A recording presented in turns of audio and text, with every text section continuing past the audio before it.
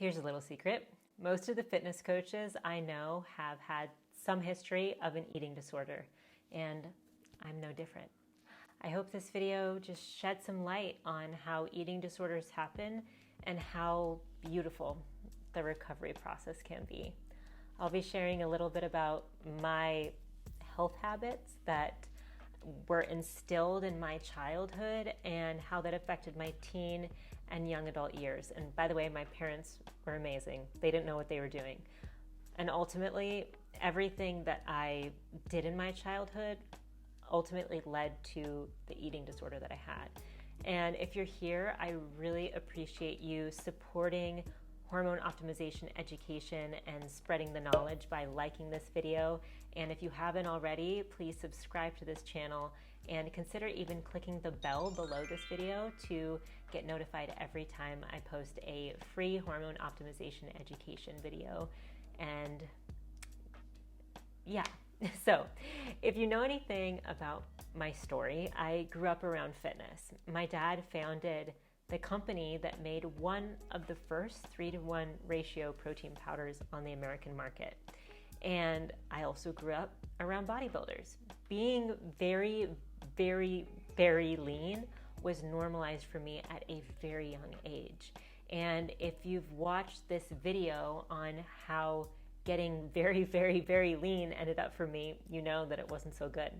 So this is how my eating disorder progressed from my childhood to my young adult years.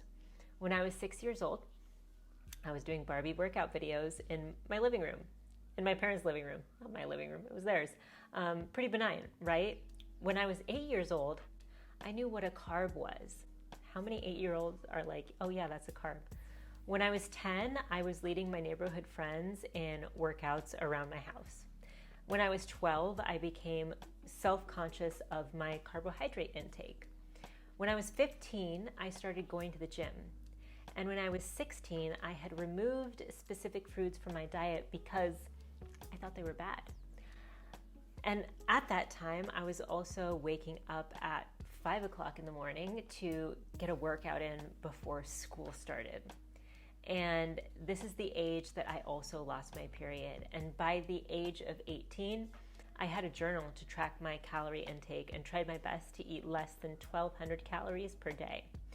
And I remember this journal, and I remember feeling really, really guilty when I ate more than 1,500 calories, and extremely proud when I ate around 1,000 or even less than 1,000 calories per day. It's not healthy. So when I went to college, I became a personal trainer, like most people, lots of people with eating disorders do. Become a personal trainer. I started competing in figure competition, and this was before the era of bikini competition. So in college, it was clear to my roommates that I had an eating disorder, and they talked to me about it. But even when confronted about it, I would deny it and get defensive. After all, I was a figure competitor. Like, this was my lifestyle, right? I chose to starve myself. So if you watched my previous video about my history with bikini competitions, then you know that I had hormone imbalance around this time, not balance, the opposite. And if you don't know, after I won 3rd place in a national bikini competition, I would be diagnosed with hypothyroid syndrome and later learn that I also have PCOS. Okay, so by the age of 22, the pendulum swung and I gained 30 pounds in 3 months. And then after that, I continued to gain weight all the way up to 160 pounds. But looking back on that time, I realized that this experience was actually critical for my overall balance. The pendulum had to swing in order for my body to find balance again.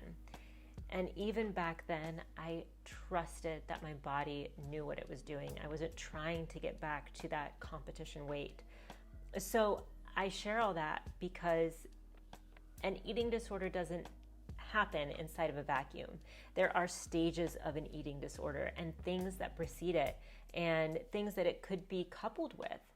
I was over-exercising. I lost my period at the age of 16, and like I share in this video, I had a really traumatic sexual event occur during this time that also led to more feelings of isolation and need to control. I could control my food if I couldn't control anything else.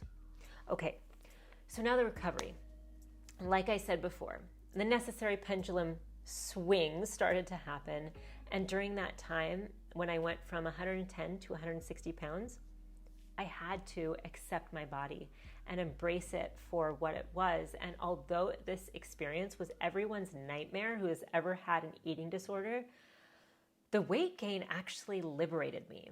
And after I reached that 160 pounds, my weight started going down. After being in bikini competitions for years and feeling both disgusted and intimidated about the amount of exercise I had to put into the gym to get the physique I thought was good enough, I was ready to step foot back in the gym again. And I did so with a positive frame of mind, embracing who I was instead of trying to work towards a goal so I could compete and win against another woman. I had no interest in that anymore. I was working out for me and my body. So, what helped me get back in the gym without self-judgment or without toxic goals was the support system I had. My gym buddies were my dad and one of our family friends that I grew up around. And instead of training to lose weight or look a certain way, we trained just to be strong. I was training with my guys. And we went to the gym together most days of the week, not every day, but most days for an hour tops. That was the most we would spend. We had our workout protein shakes after we worked out and then went back to do whatever we had to do. What was different about this experience is that it was communal and our day wasn't structured around working out. It was just a part of what we did most days. So it was very different for me. Another thing that led to my recovery is being open to food again. So after competing in shows, I found myself ravenous with a seriously screwed up metabolism. With food, the pendulum swung, but also around that time, I felt ready to get back in the gym. And I also had eaten a sufficient amount of the foods that were deemed naughty, that I wasn't eating out of scarcity. I was eating because I liked the food and felt good about what, when, and how I was eating. And I think that the key attributes of my healing process, which I'm sure you picked up on, was the fact that my mindset around food and working out changed, and the whys, it's so big, the whys behind fitness and food changed too. In my heart, I wanted to feel nourished and strong because I felt so shitty. And that was entirely different than my goal when I had an eating disorder, which was in that time I got on stage, I wanted to compete against other women, win trophies for how my body looked. No shade, but that seems silly to me now. So all that happened around the age of 22-ish. And then from there, I lived a pretty healthy life. But of course, at the age of 28, I decided to compete in bikini competitions just one more time, just once more. But the first time I stepped on stage when I was 28, I was at a higher body fat percentage than anyone else on stage. And I had a massive support squad, and a woman actually came up to me after the show and she thanked me for getting on stage in a bikini in what she called a more natural body. And I took that as a compliment. She basically told me that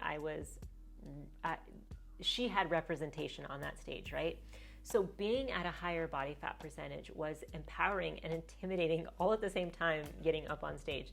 I knew that I wouldn't place in the competition, but I also knew that I was doing the competition for me and not to compare myself to others, even though that's what getting on stage in a bikini in front of judges is all about. But I digress. As with any recovery process, the change is not always linear. And that was true for me too, because not even months later, I decided to drop weight again and get lean and do another competition. I did that. It was following that competition that I started to notice the same hypothyroid symptoms as I did before. That is fatigue, hunger, endless hunger, all of those things. And then after the show, like you would expect, I gained weight again. Not as much, but I gained like the necessary 10 to 20 pounds, and that was over the course of a few months. It wasn't right after the show. And that's necessary. A lot of fitness competitors do that.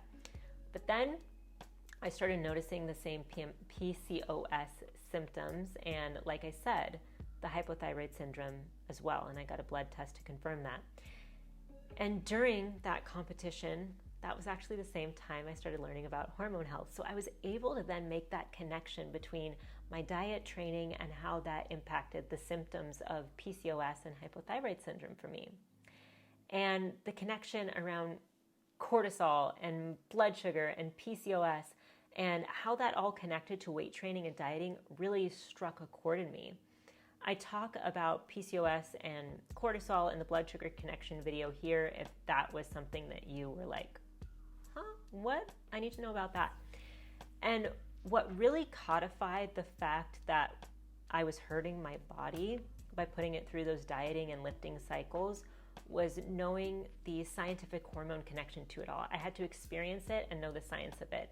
And I'd argue that my understanding of hormones and how my body uniquely was impacted by this intense dieting and training is what saved me from the mindset of I must diet and exercise in order to be in a body that makes me happy, right? And now feeling healthier than ever, I look back at that experience from the age of 6 with my Barbie workout videos all the way to where I am now teaching personal trainers how to optimize their clients' hormones. I can say that every step of the way ultimately aided in my journey and helped shape who I am today and how I serve others and how I show up for my community. So with that, I want to thank you for watching and supporting me talking about my eating disorder recovery story. And if you're still here, you can help other people see this video and see the progress that I've made by liking this video and leaving a comment down below. It really helps expand this video in the algorithm. So thank you so much for watching, and I will see you in the next video. Bye.